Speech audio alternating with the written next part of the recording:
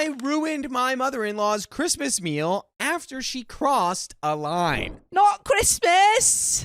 I knew it was going to be bad, but I decided to give it a chance. So let's preface this with how the plans came about. Each year, mother-in-law asks us earlier and earlier about what our plans will be because I don't think anyone else would spend it with her, if I'm being honest. We are basically required to spend the day with them. By the way, this comes from user NoMasterpiece410, and if you want to submit your own stories, go to the r/OKStorytime subreddit. So, 2 weeks before Christmas, mother-in-law rang and said she would be cooking for us under the guise of us being so busy with work and deserving a break. I was like, no, but I settled in the middle as it wasn't worth an argument. She said she would do the turkey and the dessert. Okay, no problem. She knows I don't like Christmas pudding, but only brought Christmas pudding. Wait, dude, did I just totally nail that they were British? I think so. Wow. Yeah, you did. Luckily, I had planned ahead for this exact situation and bought a Yule log. Haha. Nice. Roll around to Christmas Eve and she demands we spend the day with her because it's their tradition. Never mind my side of the family and the fact that we're spending tomorrow with them. She knows I struggle with body confidence and this woman is a walking trigger. We mentioned that we watched Bridget Jones and she immediately went full monologue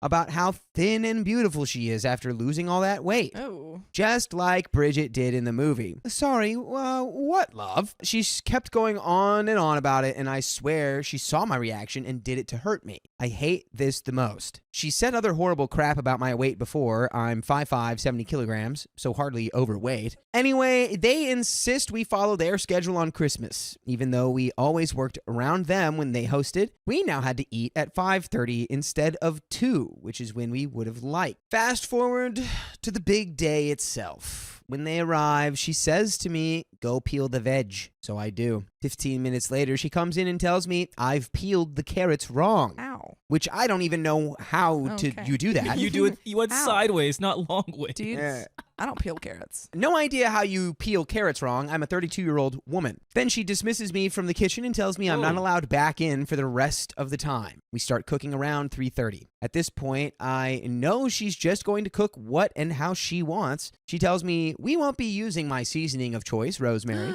and that she'll handle it. I love rosemary. Then she nominates my husband to go in and cook with her. I hear several quiet conversations, clearly meant for his ears only. Later on, I go in to grab a drink, and this woman had the audacity to repeatedly tell me, go away, go away, go away, in my own kitchen on Christmas Day.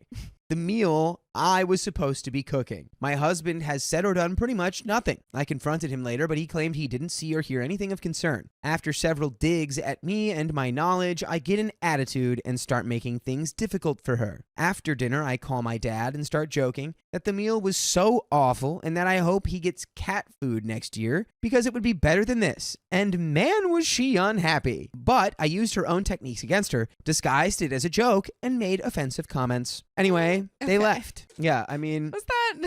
Was that really the way to handle it? I mean, sometimes, maybe if you get like a little conversation, you're like, the dinner, I was expecting a lot more out of it. It just wasn't up to par. And meanwhile, she's 5 feet away. She's sitting and you go, oh my God, no, I was being sarcastic. I'm joking. Your cooking was so great. It had no salt. I'm joking. I'm so glad you didn't use any salt and that rosemary is illegal in the kitchen now. Yeah. Thank you. I honestly hate my food with seasoning. Yeah. Normally, they would text something saying like, thanks, it was wonderful, but it's been radio silence. Oh, and I also did something slightly diabolical while wasted. Absolutely. I turned up the oven temperature on their Christmas pudding and burned it on purpose. When they saw it was burnt, I sat down in silence, enjoyed my Yule log, and went, I love Yule log. What is going on? What? It's such a shame. There's not enough for anyone else. I'm so sorry about your burnt pudding. I feel effing fantastic. After they left, I absolutely lost it at my husband for the first time properly. He tried to hug me, but I said, no, you need to see how much this is hurting me, as I stood there screaming and crying about how they treat me. Okay. Don't know if that's the best way to go about that. Okay, girly. I am sensing that we may not be using some healthy communication I'm sensing a little toxicity in our relationship. in our city. I don't think you need to reenact how it's hurting to your husband. I think we can use our words. I don't think we have to scream and cry. We can cry. Don't scream. Don't cry. Just cry. If you're crying, don't, like- you can just cry. Don't scream and cry.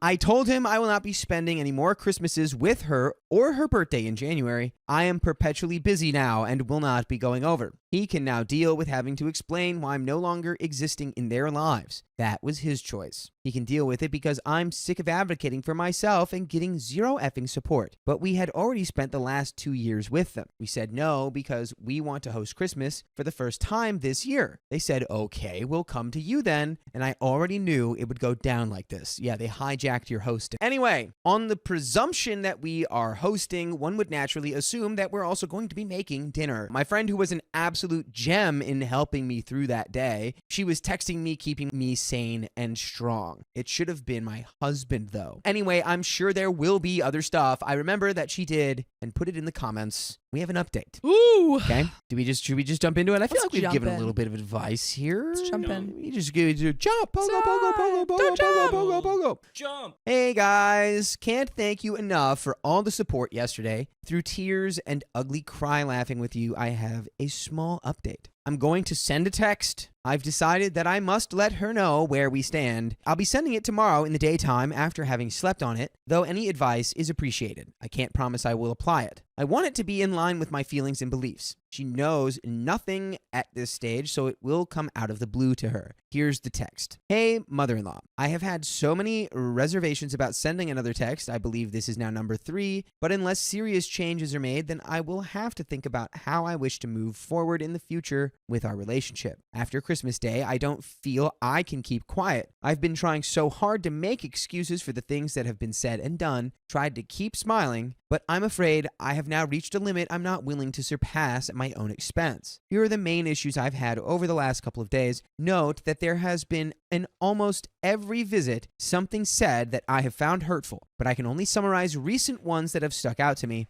My dad, implying my dad was harmful like yours, accusing my dad of ill intent at his job on a few occasions, saying my dad's wedding speech was taken from the internet, Christmas, agreeing that we will host Christmas Day only to have been banned from my own kitchen to cook how we want for our first ever Christmas, saying go away when I tried to be involved, down to the seasoning I wanted to use, even criticizing the way I chopped the carrots, refusing to give me even a vague idea of the time of meal readiness so I could warm up cookies food and make myself mash only to be told it's too late now. Control issues. It feels like you just want to control everything. I would never dream of telling you what to do in your own kitchen. Remember the stroganoff? It happened again. We tried to meet in the middle with you doing the turkey, but I am 32 years old and more than capable of cooking roast vegetables. It is offensive to me. I'm not in any way saying the food was bad, because honestly it wasn't, and I genuinely enjoyed the meal. But the sour taste was left when you removed my autonomy. You remove our autonomy consistently and cross lines that no one should have to point out. I've said this before, and I don't intend on saying it again. I'm honestly not ungrateful for any of the help or advice you've given when it has been appropriate, but it does often cross the line, becoming disrespectful. I feel that often it is said and done nicely, so it's hard for me to push back, but it does come across as disrespectful and controlling. For example, what we are allowed to do on holiday.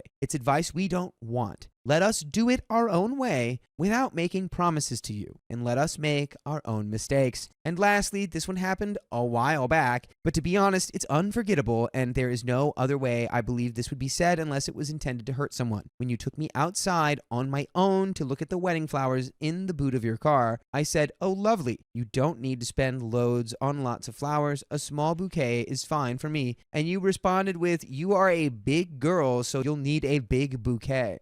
Ooh. I was shocked and silenced the entire night, left and cried, but didn't know how I could ever accuse you of saying that, as I almost couldn't believe it myself. And being so close to the wedding, didn't want to cause drama, so brushed it under the rug. Ultimately, I regret that, as I don't think I will ever get over this, and at this point can't find it in me to forgive you for this comment. Aside from that, there have been several other inappropriate comments about my weight in the past. I remember once in the lakes, you were telling me that my food choices were bad, garlic bread, because it will make me even bigger. At the time, father-in-law even stepped in to stop you and said it isn't okay, but you tried to justify it and moved on. And by the way, you can always justify moving on to listening to full episodes with stories like these on Spotify, iHeartRadio, Apple Podcasts, wherever you listen to podcasts. Just go listen to every single episode of OK Storytime by searching our name on your platform of choice right after this, right? Too long. Way too long. Too long. All I heard was your fault, your fault, your fault. Here's more of your fault. This is what she's gonna read. She's gonna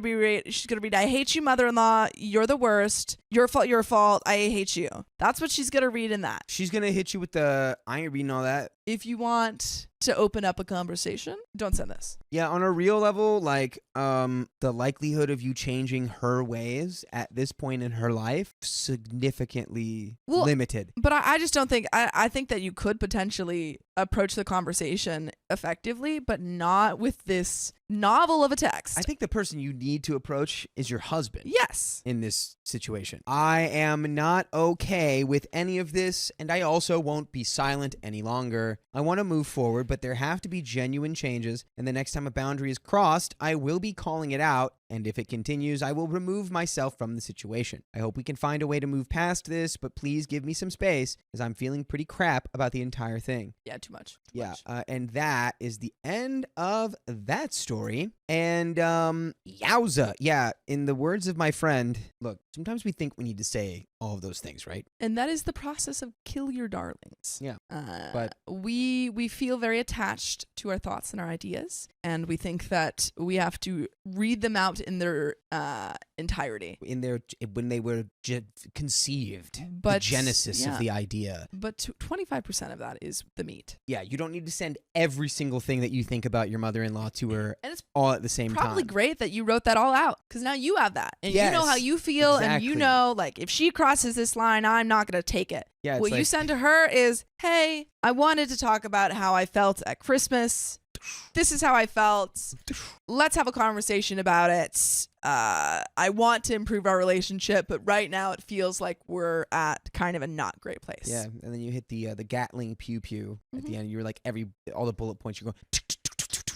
Yeah. And she was going. And yeah, that is not gonna pounce. She's not gonna go, oh my God, now that you've pointed out everything I've ever done wrong, I see it. Yeah. If your goal is to attack her and then get the heck out of there, then sure, send this. But yeah, if you want actual change, this is not the way to get it. But that is the end of that story.